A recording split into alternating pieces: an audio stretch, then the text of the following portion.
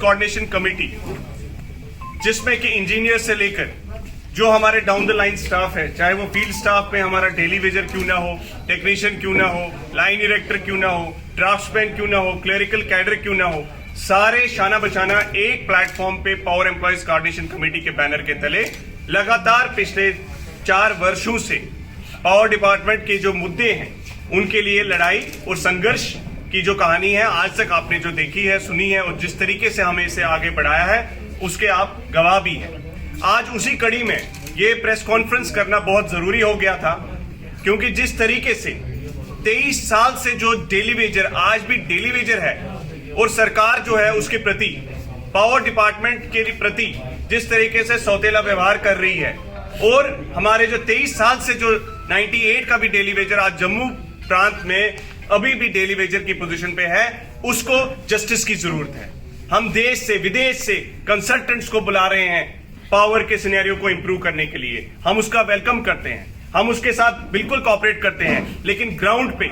जो बर्फबारी में हमारा एक डेली वेजर काम कर रहा है, जो हमारा last man on the ladder है, जो हमारा वहां पे उसको टाइमली एड्रेस कर रहा है उस इश्यू को, उसकी तरफ किसी का ध्यान नहीं है। मैं सरकार का ध्यान जो हमारा पुंछ में इस टाइम पे बर्फबारी के दौरान जो हमारा डेली वेजर काम कर रहा है, रजौरी में काम कर रहा है, या अपना करगिल में है, डोडा में है, कुपवारा में है, या श्रीनगर में है, एयरपोर्ट्स को रेडी कर रहे हैं। ये जो हमारा 24/7 जो एसेंशियल पावर सप्लाई मेंटेन की है, न सिर्फ कोविड में, मैं याद दिलाना चाहता हूं पिछले 1 साल से पावर एम्प्लॉयज कोऑर्डिनेशन कमेटी ने कोई भी प्रोटेस्ट प्रोग्राम नहीं दिया इस मुद्दे को लेके। क्यों? क्योंकि हम कोविड के दौरान पूरा बाधित थे और हम पूरा कोशिश कर रहे थे कि लोगों को किसी भी तरह की कोई परेशानी नहीं आए। लेकिन आज मुझे बड़े दर्द के साथ कहना पड़ रहा है कि जो लोग हमसे उम्मीद करते हैं संघर्ष की, उनको हम गिरने नहीं दे सकते। आज संघर्ष की जो कहानी हमने शुरू की थी 2018 में, आज फिर वो हम दोहराने जा रहे हैं। 3 फरवरी 2021 का जो डेट है, मैं ये बोलना चाहता हूं अपने कैडर्स को भी, तमाम यहां से, 3 फरवरी 2021 का जो डेट है, पूरे जम्मू कश्मीर में और लद्दाख तक भी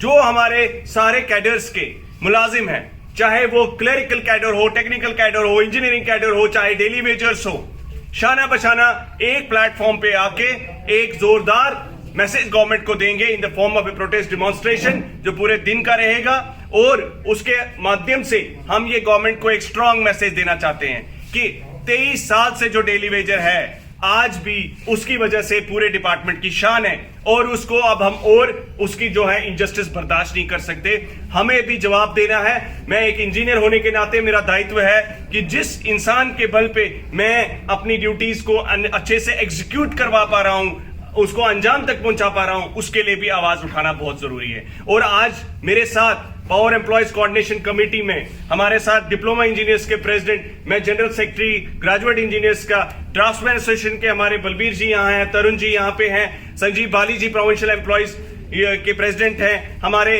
इलेक्ट्रिक एम्प्लॉयज यूनियन के कुलबीर सिंह जी हैं, जसबीर सिंह जी ITI एम्प्लॉयज के हैं, प्लस पवन जी हैं, लाइनमैन एसोसिएशन के हमारे पास अनिल सलातिया जी हैं, और एजाज काजमी साहब जिनका की नाम आपने सुना होगा। He is a senior trade union leader, now a retired professional also. लेकिन इन्होंने संघर्ष की कहानी कभी रुकने नहीं दी और आज भी ये संघर्ष में शामिल होके हमें पूरा ताउन दे रहे हैं। इसी कड़ी में मैं ये कहना चाहता हूं कि इस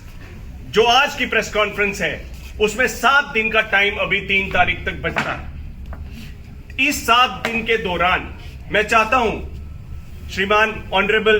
वर्दी हमारे रोहित कंसल साहब डाउन द लाइन डीपीसीज के लिए एक मैसेज दें,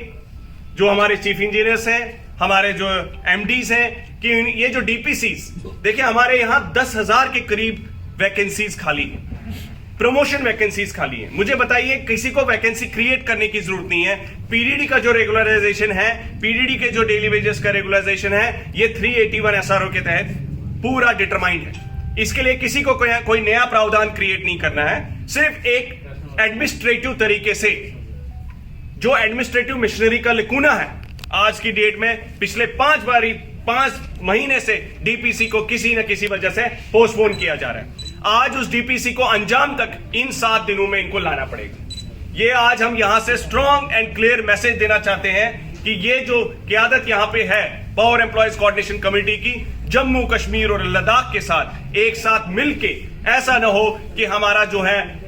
ऐसा उग्र प्रदर्शन हो जाए कि बिजली की सेवाओं पे भी असर पड़ सकता है। जो देशव्यापी 3 तारीख को हमारे सपोर्ट में पूरे देश में 3 तारीख को पावर एम्प्लॉयज जो हैं पूरे देश में प्रदर्शन करेंगे for the regularisation and against privatisation. मैं यहां बताना चाहता हूं,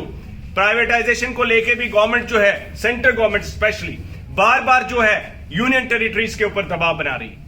पर क्यों प्राइवेटाइजेशन, आखिर क्यों? क्या हमें हमारी स्टेट रिसोर्सेज से इतनी रिच है कि हम पावर की इतनी जनरेशन कर सकते हैं और लोगों को सब्सिडाइज रेट्स पे proper at the cost of the supply we can sell to them? क्यों हमें उन मुनाफाखोर लोगों को यहां पे लाना है और 8 से 9 रुपए बिजली तक को पहुंचा के सेल करना है? Privatisation is not the solution, infrastructure upgradation is the solution. 3-4 हजार करोड़ की इन्वेस्टमेंट से पूरा इंफ्रास्ट्रक्चर जो सुधारा जा सकता है, क्या उसके बदले हमें अपने पीडीडी के 20,000 से भी ज्यादा करोड़ के एसेट्स को कोड़ियों के दाम पे उनके पास लीज पे देने चाहिए? मुझे बताइए, इतना सारा इंफ्रास्ट्रक्चर पीडीडी का, क्या ये लीज पे हमें उनको दे देना चाहिए और वो लोग इसका इस्तेमाल करके 3-4 हजार करोड़ की इन्वेस्टमेंट करें यहां पे और लोगों का खून पसीना चूसे? इसलिए मैं ये सिविल सोसाइटी से भी आह्वान करता हूं कि प्राइवेटाइजेशन को बिल्कुल हमें डट के इसको अपोज करना है, चाहे हमारी जो है पूरी इस पे एफर्ट्स लगे, कैसे भी हमें करके प्राइवेटाइजेशन को, डीमेरिट्स को यहां पे प्रोपेगेट भी करना है। और सरकार को ये मैसेज भी मैं देना चाहता हूं, बिजली जो चला सकता है वही उसको मेंटेन भी कर सकता है, कोई भी बाहर से आके बिजली को संभाल नहीं सकता, क्योंकि ये जो एक एक्सपेरिमेंट था यूपी में ट्राई किया गया डंडे के जोर पे प्राइवेटाइजेशन कराने की, नहीं चल पाई सरकारों की, सेंट्रल गवर्नमेंट की नहीं चल पाई यूपी में। और देश के power employees federation, all India power federation का 3 तारीख को जो देशव्यापी प्रदर्शन किया जा रहा है बिजली की निजीकरण को लेके, उसमें जम्मू कश्मीर भी सहभागी होगा और हमारे जो अपने मुलाजमों की यहाँ पे प्रॉब्लम्स है वो पूरी रखी जाएंगी।